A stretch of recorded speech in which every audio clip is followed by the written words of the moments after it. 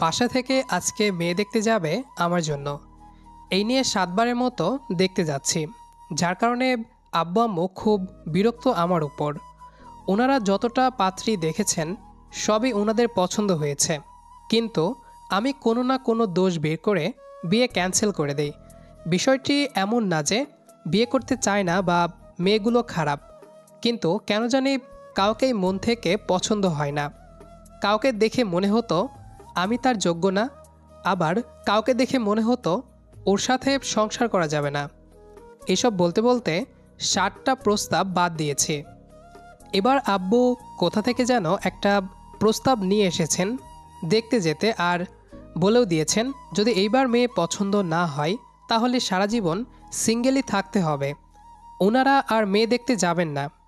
এখন আপনারাই বলেন, যাকে বিয়ে করব তাকে যদি মনে না ধরে তাহলে সেটা কি আমার দোষ? শুধু চেহারা তো আর সব কিছু না। এই তো যখন 3 নম্বর পাত্রী দেখতে গিয়েছিলাম মোটামুটি সব কিছুই ভালো লেগেছে। যখন আলাদা কথা বলতে বলল তখন ওই মেয়ে জানায় তার অন্য কারোর সাথে রিলেশন আছে, তাই আমায় বিয়ে করতে পারবে না। যদি জোর করি তাহলে নাকি বিয়ের দিন পালিয়ে যাবে। আর বাকিগুলোর কথা তো বাদই দিলাম, বলতে শুরু করলে ইতিহাস বই হয়ে যাবে। আমি একটা সাদা শার্ট কালো প্যান্ট পরে রেডি হয়ে বাবা মা আর ছোট ভাই নিয়ে বের হলাম।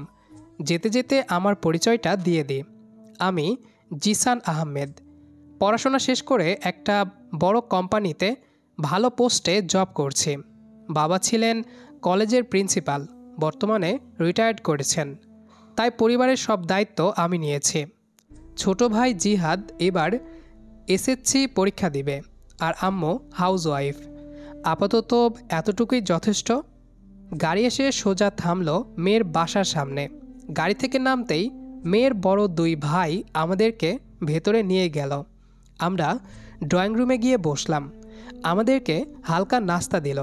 শুনেছি মেয়ের বাবা মা কেউ নেই, বড় দুলাভাই আর ভাবি আছেন, ওনাদের সাথেই থাকে। একটু পর পাত্রীকে ওর ভাবিরা আমাদের সামনে নিয়ে আসলো। নীল রঙের একটা শাড়ি পরা, মাথায় ঘোমটা দেওয়া।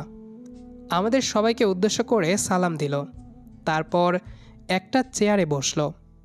ঘোমটার কারণে চেহারা ভালো করে দেখা যাচ্ছে না। বিষয়টি খেয়াল করে আম্মু বললেন ঘোমটাটা সরাতে। পাত্রী দেখে তো আমি পুরাই ফিদা, মাশাল্লাহ। এক দেখাতে যে কেউ পছন্দ করে নেবে। দুধে আলতা গায়ের রং, কোমর পর্যন্ত সিল্কি চুল, টানা টানা চোখ, দেখতে পুরাই মায়াবী। আজ পর্যন্ত যতগুলো মেয়েকে দেখেছি সে হচ্ছে সবচেয়ে বেশি সুন্দর ও মায়াবী। আমাকে হা করে তাকিয়ে থাকতে দেখে আমার ছোট ভাই জিহাদ বলল, ভাইয়া, হা বন্ধ করো, মাছি ঢুকবে। আর সবাই তাকিয়ে আছে। জিহাদের কথাই আমার হুঁশ ফিরল। আমি তাড়াতাড়ি চোখ সরিয়ে নিলাম। সব মুরব্বীরা কথাবার্তা বলছেন।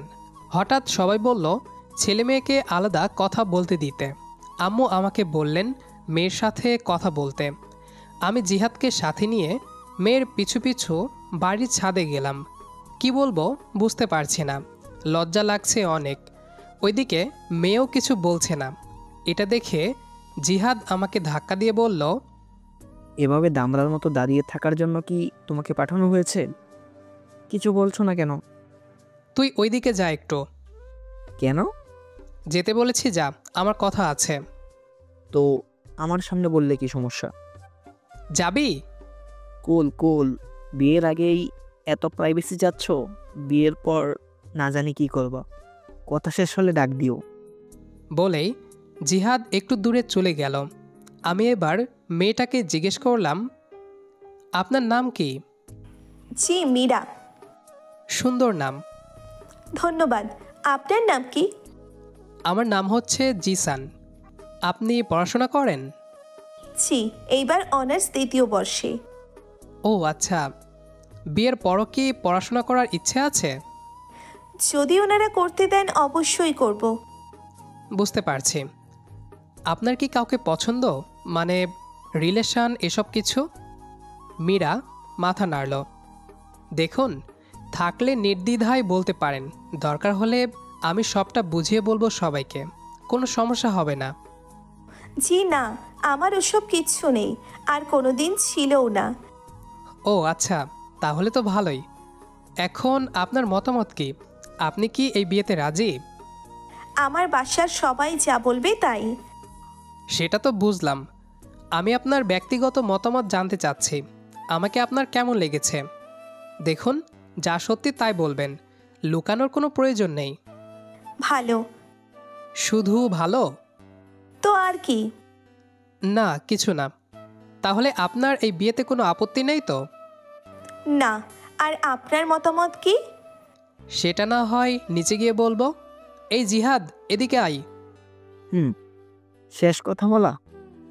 হ্যাঁ, ও হচ্ছে আমার ছোট ভাই জিহাদ। এবার এসএসসি দিবে। হ্যালো ভাবি, কেমন আছেন? জিহাদের মুখে ভাবি ডাক শুনে মীরা আমি দুজনেই কিছুটা লজ্জা পেলাম। আমি জিহাদের মাথায় গাঁটরা মেরে বললাম, ওর কথায় কান দিবেন না। আজ তো একটা বদের হাড্ডি, কথা একটু বেশি বলে। এটা কি হলো?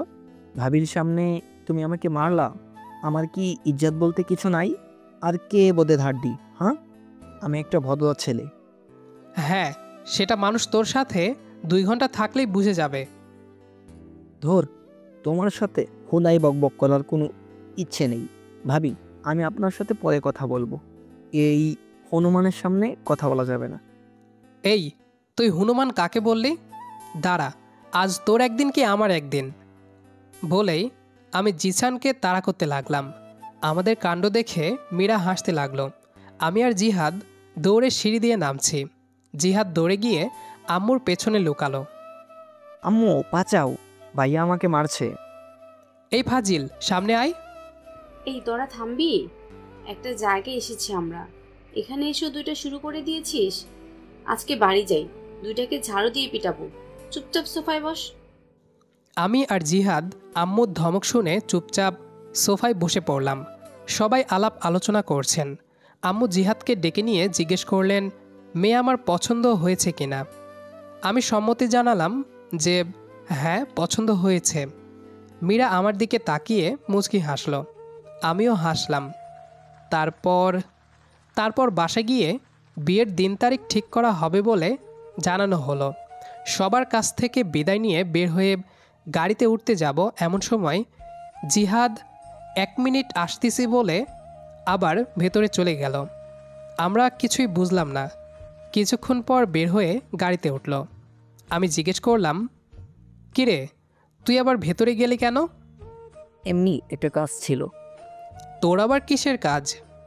পরে বলবো, এখন চলো। আমি আর কিছু না বলে গাড়ি নিয়ে সোজা বাসায় চলে আসলাম। রাতে বিয়ের আলাপ আলোচনা চলছে। আমি আর জিহাদ গিয়ে সোফায় বসলাম।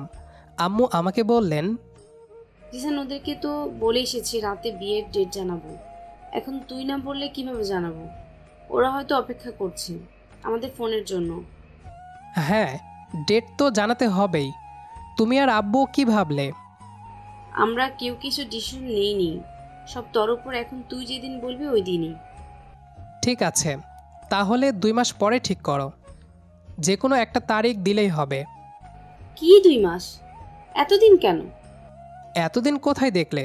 বিয়ের সব আয়োজন করতে তো সময় লাগবে। তাড়াতাড়ি তো কিছু করা সম্ভব না।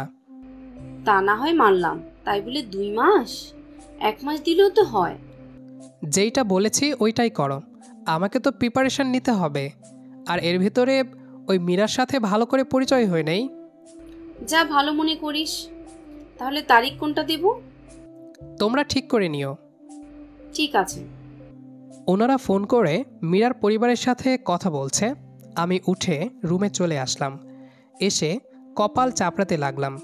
এত কিছুর মাঝে মীরার নাম্বার বা ফেসবুক আইডি কিছুই আনা হলো না। এই বোকামিটাই করলাম। এখন আব্বু আমার কাছে গিয়ে কিভাবে বলি নাম্বারের কথা? আমাকে এভাবে বসে থাকতে দেখে জিহাদ বলে উঠল, কি ভাইয়া, এভাবে মন খারাপ করে বসে আছো কেন? এমনি। এমনি এমনি তো মন খারাপ হয় না, তোমার নিশ্চয়ই কিছু হয়েছে। বেশি পাকনামি না করে গিয়ে পড়তে বস। সেটা তো বসবেই। আমি তো একটা কথা বলতে এসেছিলাম। কি কথা? না মানে, ফোনে কিছু টাকা দিবা? রিচার্জ শেষ হয়ে গেছে। রিচার্জ দিয়ে কি করবি তুই, তাও এত রাতে? ভাবির সাথে একটু কথা বলবো, ওনার নাম্বারটা এনেছিলাম তো তাই। তুই ওর নাম্বার কোথায় পেলি? ওই যে বের হওয়ার সময় আবার ভেতরে গিয়েছিলাম না, ভাবির নাম্বার আনার জন্যই গিয়েছিলাম, তাই বলছি একটু যদি রিচার্জ দিতে। আমি বিছানা থেকে লাফ দিয়ে উঠলাম। নাম্বারটা দে ভাই। এমনি এমনি দিয়ে দিব তা তো হবে না, আমি অনেক কষ্ট করে এনেছি। এমনি এমনি না তো কিভাবে? 2000 টাকা দাও আর নাম্বার নাও। কি 2000? এই একটা নাম্বারের জন্য তোকে 2000 টাকা দিতে হবে? দিলে দাও, না দিলে আমি গেলাম। আচ্ছা 500 দিচ্ছি, দে নাম্বার। যা বলেছি তাই, 1 টাকাও কম হবে না। আচ্ছা যা, 1000 দিচ্ছি। হবে না। সুযোগের অপব্যবহার করছিস। এছাড়া আর কোনো রাস্তা নেই, কারণ তোমার পকেট থেকে তো 100 টাকাও বের হয় না। এখন দিলে দাও, না হলে আমি চললাম। আচ্ছা ঠিক আছে নে। বলেই আমি বাধ্য হয়ে মানিব্যাগ থেকে 2টা 1000 টাকার নোট বের করে ওকে দিলাম। একটা নাম্বারের জন্য 2000 টাকা জরিমানা। এই নে, আর নাম্বার দে। এ নাও। ওকে। আর রিচার্জটা দিয়ে দাও, ভাবির সাথে কথা বলবো। তবে রে, তোকে কথা বলাচ্ছি, দাঁড়া। জিহাদ এক দৌড়ে রুম থেকে বের হয়ে গেল। আমি দরজা লাগিয়ে বিছানায় বসে নাম্বারে কল দিলাম। একটু রিং হতেই রিসিভ হলো। ওপাশ থেকে মীরা বলল, হ্যালো, আসসালামু আলাইকুম। ওয়ালাইকুম আসসালাম। কেমন আছেন? কে? চিনলাম না। আমি জিশান। ও আচ্ছা, আপনি নাম্বার পেলেন কোথায়? জিহাদ দিয়েছে। ও আচ্ছা, কেমন আছেন? আলহামদুলিল্লাহ ভালো। আপনি? জি আলহামদুলিল্লাহ, আমিও ভালো আছি। কি করছেন? এই তো বসে বসে উপন্যাস পড়ছি। আপনি উপন্যাস পড়তে পছন্দ করেন? ওই আর কি, একটু অবসর সময়ে পড়ি। আপনি কি করছেন? শুয়ে আছে। খাবার খেয়েছেন? জি খেয়েছি, আপনি খেয়েছেন? না, আরও পরে খাবো। আপনি কি শুনেছেন বিয়ের ব্যাপারে কিছু? জি একটু আগে ভাবি বলে গেলেন। আপনার কোনো সমস্যা নেই তো? যদি থাকে বলতে পারেন, বদলে দেব। জি না, আমার কোনো সমস্যা নেই। ও তাহলে তো ভালো। কলেজে যান? জি চাই। কালকে যাবেন? জি যাব। কেন? কলেজ শেষে দেখা করবেন। কোথায়? এই তো আশেপাশে কোথাও। আচ্ছা তাহলে কাল কলেজ শেষে আমি গেটের সামনে দাঁড়িয়ে থাকবো, কেমন? ঠিক আছে। ওকে, আল্লাহ হাফেজ। আল্লাহ হাফিজ। আমি ফোন রেখে নিচে খেতে গেলাম। আমাকে দেখে জিহাদ বলল, কি প্রেম কেমন হলো? কিসের প্রেম? ভাবির সাথে। একটা থাপ্পড় খাবি ফাজিল, চুপচাপ খা। হ্যাঁ হ্যাঁ, এখন তো থাপ্পড় দিবাই। ওই সময় তো নাম্বার নেওয়ার জন্য পাগল হয়ে গিয়েছিলে, আমি নাম্বার এনেছিলাম দেখেই কথা বলতে পারছো। অনেক বড় উপকার করলেন আপনি আমার। আপনার এই ঋণ আজীবন মনে থাকবে। আমাদেরকে বিড়বিড় করতে দেখে আম্মু বললেন, এই তোরা দুইটা কি বিড়বিড় করছিস? কিছু না আম্মু, জিহাদের পড়াশোনা নিয়ে কথা বলছিলাম। আমি খাওয়া শেষ করে রুমে গিয়ে ঘুমিয়ে পড়লাম। পরের দিন সকালে রেডি হয়ে নিচে নামলাম। বাসায় কাজের কথা বলে বের হতে যাব, এমন সময় জিহাদ আর চোখে তাকিয়ে জিজ্ঞেস করলো, কোথায় যাচ্ছ ভাইয়া? দেখে তো মনে হচ্ছে না অফিসে যাচ্ছ। একটা কাজ আছে। ভাবির সাথে দেখা করবা তাই না? তুই এত কিছু কিভাবে জানিস? বেশি পেকে গেছিস তাই না? কুল কুল ব্রো, এসব আমার ভালো করেই জানা আছে। যাও যাও, ভাবি হয়তো অপেক্ষা করছে। আমি আর কিছু বলতে যাব, এর আগেই জিহাদ চলে গেল। আমি আর কিছু না বলে বাইক নিয়ে সোজা মীরার কলেজের সামনে গেলাম। অনেকক্ষণ অপেক্ষা করার পর দেখলাম সে বের হচ্ছে। আমাকে দেখে এগিয়ে আসলো। আসসালামু আলাইকুম। ওয়ালাইকুম আসসালাম। কেমন আছেন? আলহামদুলিল্লাহ ভালো। আপনি কেমন আছেন? ভালোই। ক্লাস শেষ? জি। তাহলে চলো। কোথায়? এই সামনে একটা ক্যাফে আছে, ওইখানে বসি। বাহিরে রোদ অনেক। আমার সাথে গেলে কি কোনো সমস্যা? না না, সমস্যা হবে কেন? তাহলে ওঠো। মীরা বাইকে উঠে বসলো। আমি বাইক নিয়ে সোজা ক্যাফের সামনে আসলাম। বাইক পার্কিং করে ভেতরে গিয়ে একটা টেবিল দেখে মীরাকে নিয়ে বসলাম। কি খাবে বলো? জি না, কিচ্ছু খাবো না। তাহলে ক্যাফে কেন আসলাম? খেতেই তো এসেছি। বলো কি খাবে? আপনার যা ইচ্ছে অর্ডার করে দিন। ঠান্ডা কিছু খাবে? কোল্ড ড্রিঙ্কস বা অন্য কিছু? লাচ্চিও আছে, অর্ডার দেই? আচ্ছা। আমি 2টা লাচ্চি অর্ডার দিলাম। তারপর দুজনে খেতে খেতে কথা বলতে লাগলাম। তোমার বাবা মা কবে মারা গেছেন মীরা?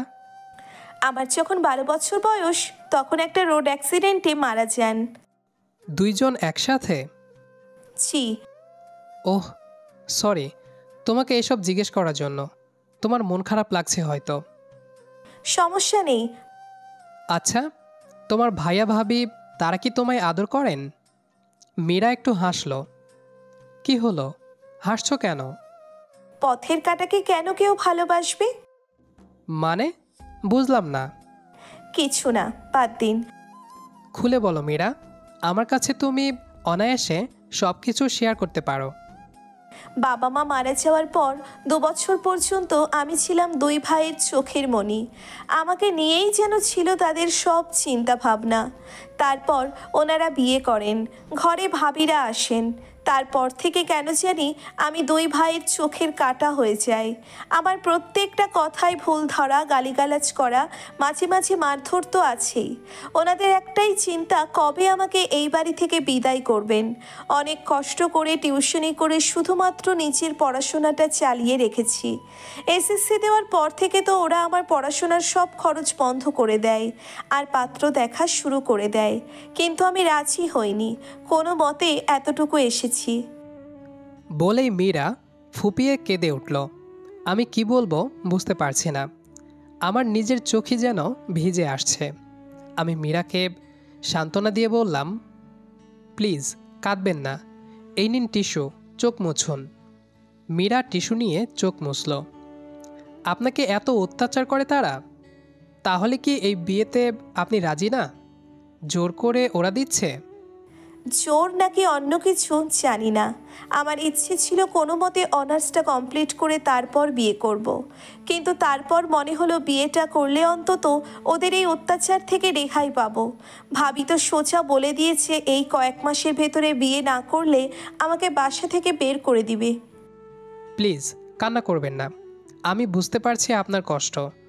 ওনারা যে এমন করে আপনার সাথে দেখে বুঝিনি। আপনি বিয়ের পরও পড়াশোনা করতে পারবেন, কোনো সমস্যা নেই। আমার বাবা মাও কোনো দিন নিষেধ করবেন না, আর অনেক ভালো থাকবেন। মীরা কিছু বলল না, চুপ করে রইল। আচ্ছা তাহলে এখন বাসায় যান, বাসায় গিয়ে কথা হবে। আর আপনার ফেসবুক আছে? মীরা মাথা নাড়ল। দিন তাহলে। তারপর আমি মীরাকে ওর বাসায় নামিয়ে দিয়ে নিজেও বাসায় চলে গেলাম। রাতে আব্বু আম্মুকে ডেকে এনে বললাম বিয়ে এই মাসের মধ্যেই ঠিক করতে। ওনারা কারণ জানতে চাইলে আমি বললাম অফিস থেকে পরে ছুটি দেবে না। ওনারাও সেটা ভেবে মীরাদের পরিবারকে জানিয়ে দেন। হাতে গোনা 20 দিন। খাওয়া দাওয়া শেষে রুমে গিয়ে মীরাকে মেসেঞ্জারে মেসেজ দিলাম, হাই আমি জিসান। জি, চিনতে পেরেছি। কি করছো? বসে আছি। আপনি? আমিও। আপনি তারিখ পরিবর্তন করলেন কেন? ওই অফিসের ছুটি নিয়ে একটু সমস্যা, তাই এই মাসেই ঠিক করলাম। তোমার কি কোনো সমস্যা? না, আমার কেন সমস্যা হতে যাবে? কাল কলেজ যাবা? না, আপাতত এখন কলেজ বন্ধ, সিনিয়রদের পরীক্ষা চলতেছে। ওহ আচ্ছা, তাহলে কাল বিকালে দেখা করতে পারবে? বাসা থেকে তো দিবে না। কেন দিবে না? আমার সাথেই তো যাবে। আমি কথা বলে নেব তোমার ভাইয়া ভাবির সাথে। ঠিক আছে। তারপর আরও কিছুক্ষণ কথা বলে ফোন রেখে ঘুমিয়ে পড়লাম। এভাবে প্রায় অনেক রাত পর্যন্ত আমাদের কথা হতো। মাঝে মাঝে সুযোগ পেলেই দেখা করা। এভাবে আমাদের মাঝে একটা ভালো বন্ডিং হয়ে যায়, একে অপরের বিষয়ে ভালো জানাশোনা হয়ে যায়। দেখতে দেখতে বিয়ের দিন প্রায় চলে আসলো। আমি বিয়ের 2 দিন আগেই মীরার যা যা দরকার সব কিছু কিনে পাঠিয়ে দিলাম। কোনো কিছুর কমতি যেন না থাকে সেই দিকেও খেয়াল রাখলাম। আমি মীরাকে বলেছিলাম যাতে ও চলে আসে আমাদের সাথে শপিংয়ে, কিন্তু ও বারবারই মানা করেছে আর বলেছে আমরা যা দিব তাই তার পছন্দ হবে। সব কিছু পাঠিয়ে ওকে জিজ্ঞেস করেছি ওর পছন্দ হয়েছে কিনা, নয়তো পাল্টিয়ে দিব, সমস্যা নাই। ও জানায় যে ওর সব কিছুই নাকি অনেক পছন্দ হয়েছে। আজকে আমার আর মীরার হলুদ হবে, একসাথে হবে বলেই প্ল্যান করা হয়। আমি আর মীরা ম্যাচিং করে পাঞ্জাবি শাড়ি পরেছি, দেখতে অনেকটা সুন্দর লাগছে আমাদের। আমরা অনেক স্টাইলে ছবি তুলতে লাগলাম। আমাদের এত ভালো বন্ডিং দেখে অনেকেই ভেবে নিচ্ছে যে আমাদের লাভ ম্যারেজ। আমার নিজেরই দেখে এমনটা মনে হচ্ছে। হলুদ সন্ধ্যা শেষ করে বাসায় চলে আসলাম। আগামীকাল বিয়ে, তাই বাসা থেকে কে কে বরযাত্রী যাবে হিসেব করা হচ্ছে। আমি রুমে এসে বারান্দায় গিয়ে মীরার নাম্বারে কল দিলাম। পরপর 2 বার দিলাম, কিন্তু রিসিভ হলো না। আমি একটু চিন্তিত হলাম। মীরা তো সবসময় একবার কল দিলেই রিসিভ করে। 10 মিনিট পর কল আসে। আমি তাড়াতাড়ি করে রিসিভ করলাম। আসসালামু আলাইকুম। ওয়ালাইকুম আসসালাম। কল ধরছো না কেন মীরা? আরে আমি একটু ওয়াশরুমে ছিলাম। ও আচ্ছা, আমি তো ভয়ই পেয়ে গিয়েছিলাম। কেন? এমনি। কারোর সাথে পালিয়ে চলে গেছে কিনা এই ভয়? আরে ধুর, এসব কেন ভাবতে যাব? বিশ্বাস আছে তোমার ওপর। এমনি চিন্তা করছিলাম বাসায় যেতে কোনো সমস্যা হলো না তো আবার? না, কোনো সমস্যা হয়নি। কি করতেছো এখন? শুয়ে আছি। আপনি? আমিও। ভিডিও কলে আসবা? কেন? তোমাকে দেখব তাই। একটু আগেই তো দেখা হলো আমাদের, এখন আমার ভিডিও কল? দেখতে ইচ্ছে হচ্ছে ভীষণ। এখন আর কোনো দেখা দেখি হবে না, আগামীকাল একেবারে বিয়েতে দেখা হবে। প্লিজ একবার। না মানে না, এখন ফোন রাখছি, ঘুমান, কাল দেখা হবে। আল্লাহ হাফিজ। বলেই মীরা কল কেটে দিল। আমিও মোবাইল রেখে ঘুমিয়ে পড়লাম। পরের দিন সকাল থেকে চলছে বিয়ের আয়োজন। সবাই রেডি হতে ব্যস্ত। আমাকে সবাই হলুদ দিয়ে গোসল করালো। তারপর রুমে এসে শেরওয়ানি পরে রেডি হলাম। সব কিছু শেষে রওনা দিলাম মীরাদের বাড়ির উদ্দেশ্যে। আধা ঘন্টা পর এসে পৌঁছালাম।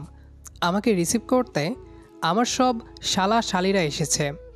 সবই যে পকেট ফাঁকা করার ধান্দা তা বুঝতে পারছি। গেটে এসে আমাদেরকে আটকালো। 20,000 টাকা দিতে হবে ওদের দাবি। এ নিয়ে কথা কাটাকাটি চলছে আমার বন্ধু আর ওদের মাঝে। আমি বিরক্ত হয়ে বললাম ওরা যা চাই তা দিয়ে দিতে। ওইদিকে মীরাকে দেখার জন্য আমার প্রাণ চলে যাচ্ছে। ওদের দাবি মোতাবেক টাকা দিয়ে আমরা ভেতরে গেলাম। স্টেজে গিয়ে বসলাম। একটু পর কাজী সাহেব এসে বিয়ে পড়িয়ে দিলেন। তারপর আমাকে মীরার কাছে নিয়ে যাওয়া হলো। ওকে দেখে তো আমার প্রাণ যায় যায় অবস্থা। এত সুন্দর লাগছে যে চোখ সরাতেই ইচ্ছে করছে না। আমাকে এভাবে তাকিয়ে থাকতে দেখে মীরা কিছুটা লজ্জা পেল। তারপর আমি আর মীরা বেশ কিছু ছবি তুলে সব নিয়মকানুন মেনে বাড়ির উদ্দেশ্যে রওনা দিলাম। ওর ভাই ভাবিরা মীরাকে ধরে কান্না করছে, কিন্তু মীরা আসার সময় একটুও কান্না করেনি। কারণ অবশ্য আমার কাছে স্পষ্টই। বাড়ি এসে সবাই নতুন বউকে নিয়ে ব্যস্ত। আমি আর আমার বন্ধুরা মিলে আড্ডায় ব্যস্ত। ঘড়িতে তাকিয়ে দেখি রাত 11টা। আমি আর বসে না থেকে রুমের দিকে গেলাম। গিয়ে দেখি সব ছোট ভাই বোনরা দরজা আটকে দাঁড়িয়ে আছে। টাকা না দিলে নাকি ভেতরে যেতে দিবে না। কি এক মহা মুশকিল! নিজের বিয়ে করা বউ, নিজের রুম, আর ওদেরকে নাকি টাকা দিতে হবে। এসব চাঁদাবাজি চলবে জানলে আগে বিয়েই করতাম না। বাধ্য হয়ে টাকা দিয়ে ভেতরে গেলাম। গিয়ে দরজা আটকে দিলাম। মীরা এসে আমাকে সালাম করলো। আমি তুলে নিয়ে বললাম, তোমার স্থান পায়ে নয়, আমার বুকে। বলে আমি ওকে বুকের সাথে জড়িয়ে ধরলাম। মীরা ফুপিয়ে কেঁদে উঠল। বুঝলাম এই কান্না দুঃখের নয়। সে তার সারা জীবনের সকল দুঃখ আমার বুকে মাথা রেখে প্রকাশ করতে পারল। আমিও ওর মাথায় হাত বুলিয়ে দিয়ে বললাম, কেঁদো না পাখি। আজ এরপর থেকে কেউ তোমার দিকে একটা আঙ্গুলও তুলতে 100 বার ভাববে। আর আজকেই তোমার জীবনের শেষ কান্না করে নাও। এরপর থেকে আমি তোমার চোখে পানি আসতে দেব না। সারা জীবন আমাকে আগলে রাখবেন তো? আমার নিঃশ্বাস যতদিন আছে ততদিন পর্যন্ত তোমায় ভালোবেসে যাব, কথা দিলাম। আমাদের আজকের গল্পটি এ পর্যন্তই। গল্পটি আপনাদের কাছে কেমন লেগেছে সেটা অবশ্যই কমেন্ট করে জানাবেন। দেখা হবে আবারও নতুন কোনো গল্প নিয়ে। সেই পর্যন্ত আমাদের সাথেই থাকবেন। আর পুরো গল্পটি যারা শেষ পর্যন্ত শুনেছেন সবাইকে অসংখ্য ধন্যবাদ।